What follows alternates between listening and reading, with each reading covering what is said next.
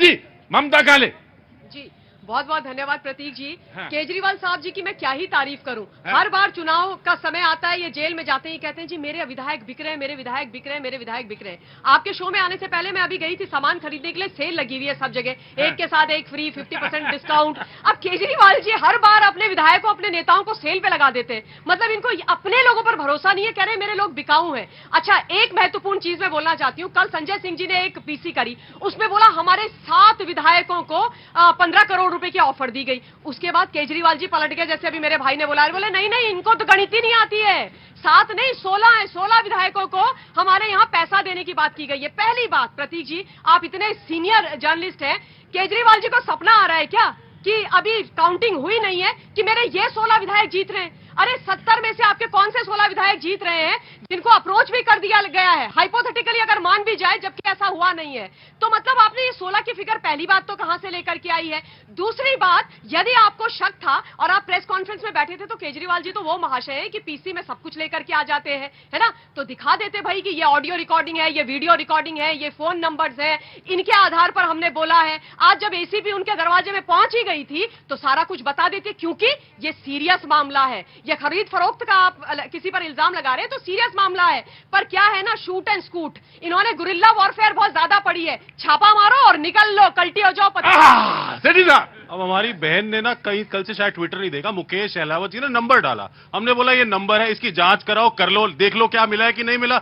इनकी पुलिस बोलती है नहीं हम जांच वांच नहीं करेंगे, हम नहीं आने वाले, हम नहीं देखेंगे, आप ले जाओ, ये भाजपा का नंबर नहीं है, ये हमारा नंबर है, हम नहीं देखेंगे, आप छुपा लो इसको, आप इस ट्वीट को डिलीट करो। ना मुकेश अहलावत तो एक व्यक्ति हो गया, 15 कहाँ है, कहाँ छुपे हुए वो 15 बताओ। अरे एक की तो जांच करो, एक की तो जांच करो, 15 दिखाओ, 15 एक कहता है 1, दूसरा कहता है 15। क्या नाम है बेटा? गौरव। गौरव, क्या करते हो? क्या उम्र है पहले तुम्हारी? उम्र क्या है? 16 साल। 16 साल? अरे बेटा ज्यादा देर ना खड़े रहो यहाँ पे। अरे कोई अच्छी बात हो ही नहीं रही है यहाँ पे, कोई 15 की कोई 1 की, ये सब अच्छी बातें नहीं है जी। मैं आया एक जी। लोहिया साहब बहुत बहुत स्वागत है। क्या हुआ, कहाँ फंस गए थे? पूरा जाम लगा हुआ था जी। आज ही लग गया, कल लगेगा? विजय जुलूस तो कल निकलेंगे, आज ही कहाँ फंस गए चक्कर में? जी जनाब।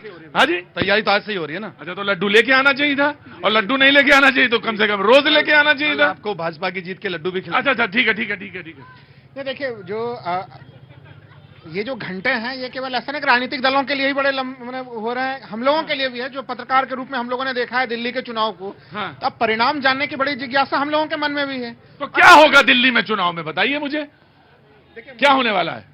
देखिए, दिल्ली के चुनाव में 2 चीजें तो बड़ी स्पष्ट है। यहाँ पे आम आदमी पार्टी के वोट प्रतिशत और सीटों की संख्या में कटौती होने जा रही है, कितनी होगी वो तो कल दिखेगा।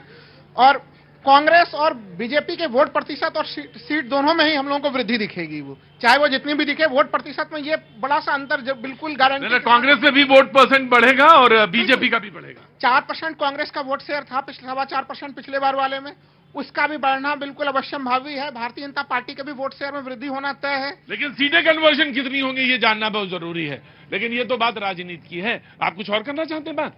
कोई और बात करना चाहते हैं? हाँ बताइए, करिए। नहीं, पॉलिटिक्स से भी पॉलिटिक्स में जन्म ही पॉलिटिक्स में हुआ है।